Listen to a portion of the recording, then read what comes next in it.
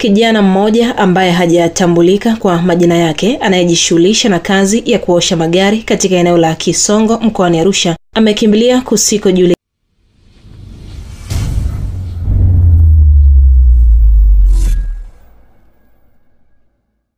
baada ya kunusurika kifo alipomgonga dereva bodaboda kwa kutumia gari dogo alilokabidhiwa kwa lengo la kulifanyia usafi mkoani humo. Hii ni Gadi TV, jina langu ni Aisa Msuya. Ilikuwa ni mtu wa Kaushi alipewa gari, akapewa gari ya Oshi. Sasa alipopewa gari ya Oshi ndio ile nini akaanza kula naye Passat. Kala naye Passat kaenda paka kule sokoni. Kashajidaisha nini matambo unajua kishachiwa chombo watu na yeye hata unapitia hata kwa chimama kuringishia ni gani.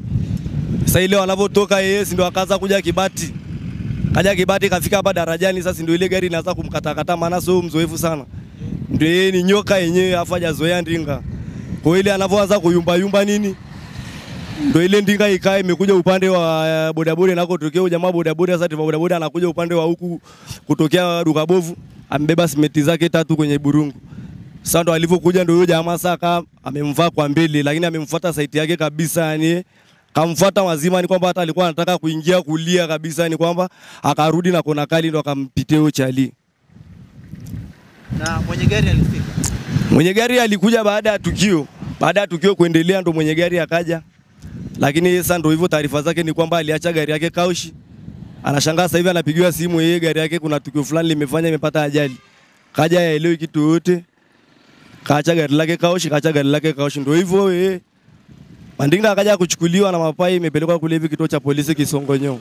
Kwa watu kama waosha magari mimi kitu na washauri. Yaani mtu kishaachwa chombo ya mtu kama vile kuifanyia mausafi. Wewe fanya mambo yako vizuri, osha gari fresh, paki gari. Na kwa watu waneleta magari, wewe kishaleta gari yako Kaushi, mkabidhi meneja. Wewe gari langu nimeleta ili hapa lipige mkao nini. Sometimes kuna mavitu huko ndani unayaacha unamwachia tu kibaraka aliokuja jana leo. Anaweza akataka tembea leo mazaga yako. Kwa hiyo nitakuwa mfuate meneja na mkabidhisha gari langu ili hapa lioshwe nini. Wewe kirudi unakuta gari lako salama, au kama hujakuta salama unaweza ukamfuata meneja ule mtu atoka umia. Maana imekutana uso kwa uso. Unataka kuniambia gari natoa uso kwa uso brother. Paka tairi limeng'oka, tairi ya gari. Huyo alosababisha ajali yani yani ndio ile mambo ya kusema umegonga V8.